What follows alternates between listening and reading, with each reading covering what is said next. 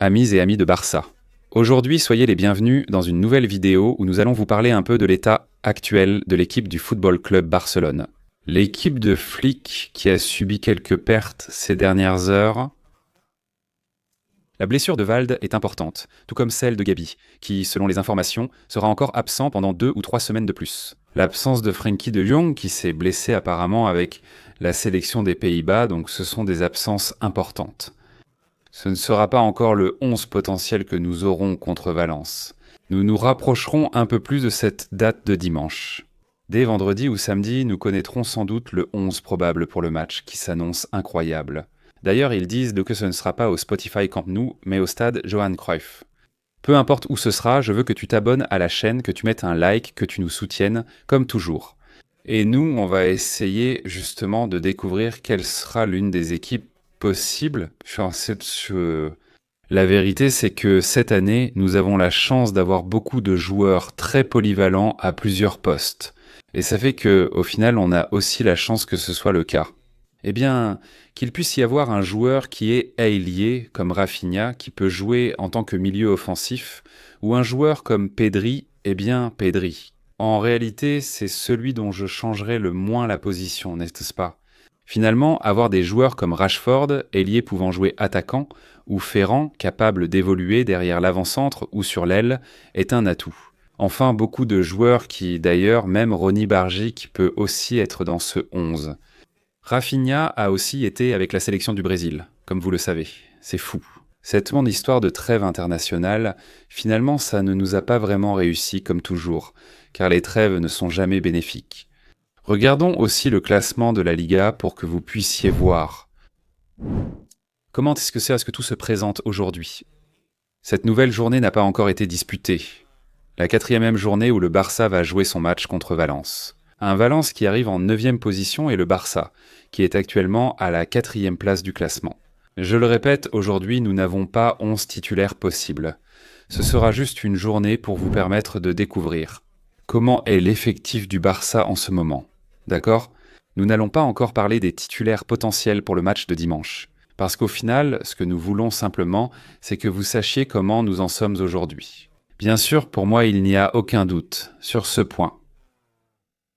Johan Garcia garde les buts. Vald sera absent ce week-end, c'est certain. Il y a donc de grandes chances que ce soit le bon Gérard Martin qui occupe ce poste d'arrière gauche. Comme arrière droit, je mettrai Jules Koundé, c'est très clair. Aussi Jules Koundé et la paire de défenseurs centraux, qui continuent de susciter beaucoup de doutes. Attention à Christensen, qui a aussi marqué avec le Danemark ce week-end. Attention à Eric Garcia, que Flick apprécie énormément. Bien sûr, je dirais que Cubarsí sera là dans 99% des cas. Pourquoi ? Parce qu'il n'a pas non plus joué avec l'Espagne.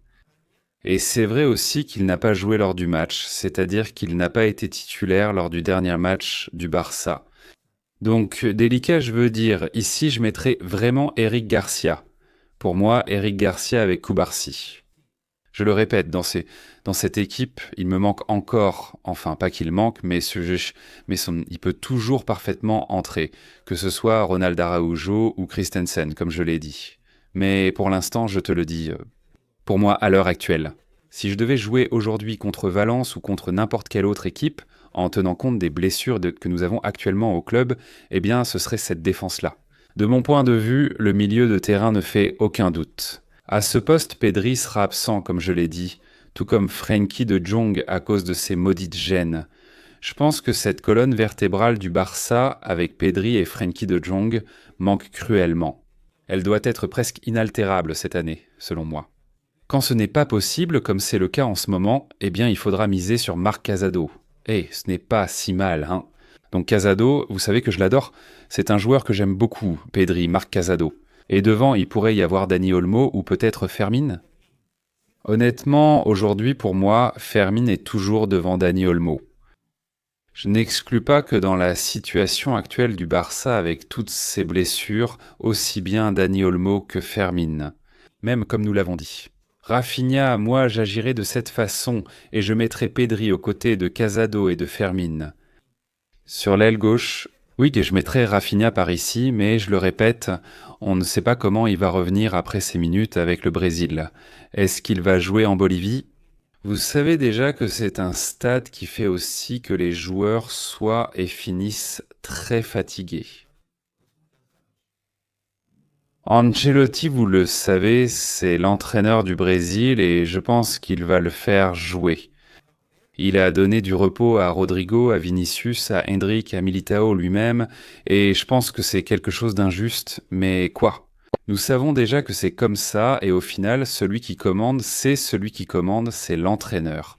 Comme je le donne, Rafinha à l'aile gauche, à l'aile droite. Je pense que c'est clair que c'est Lamine Yamal.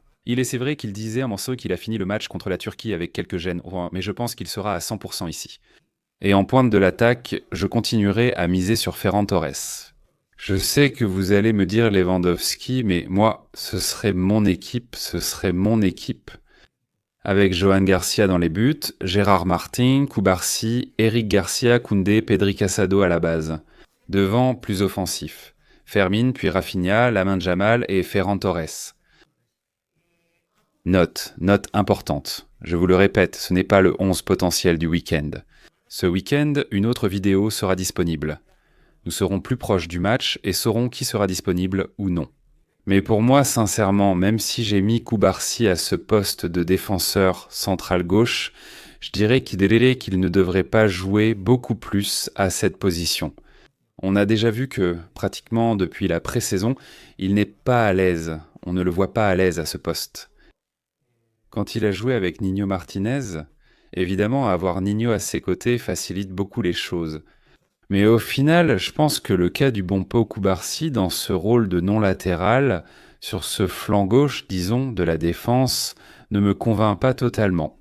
Malgré tout, je pense qu'avec Eric Garcia, tout devient beaucoup plus facile pour lui. C'est mon avis, c'est mon humble avis, mais bon, je le répète. Je n'exclus pas qu'il puisse même passer par là.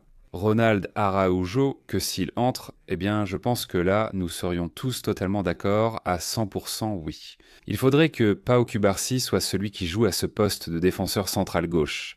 Au cas où Christensen serait là, eh bien moi je mettrais Koubarsi ici, et j'ajouterais Chris à cet endroit. D'accord? Le Danois, très bon ce week-end, pourrait aussi être une bonne option. Au fait, Ronny Bardghji, comme vous voulez l'appeler, sera aussi disponible. Est-ce la première fois que Flick pourra compter sur lui? Il pourrait même jouer quelques minutes ce week-end, mais je le répète. Voici un 11 possible avec de nombreuses variantes, car heureusement nous en avons beaucoup. Mais dans lequel il n'y aura ni Gabi ni Vald. Nous avons mis là Gérard Martin à la place de Vald, nous avons mis Gérard à la place de Gabi, nous avons mis Casado Bueno pour Gabi ou pour Frenkie de Jong. En fait, car il joue presque au même poste. Donc voici le 11 du Barça aujourd'hui. Moi je veux savoir quel serait ton 11. Quel joueur mettrais-tu? Quel joueur enlèverais-tu? Je lis dans les commentaires. Barça hier, aujourd'hui, toujours. À la prochaine vidéo.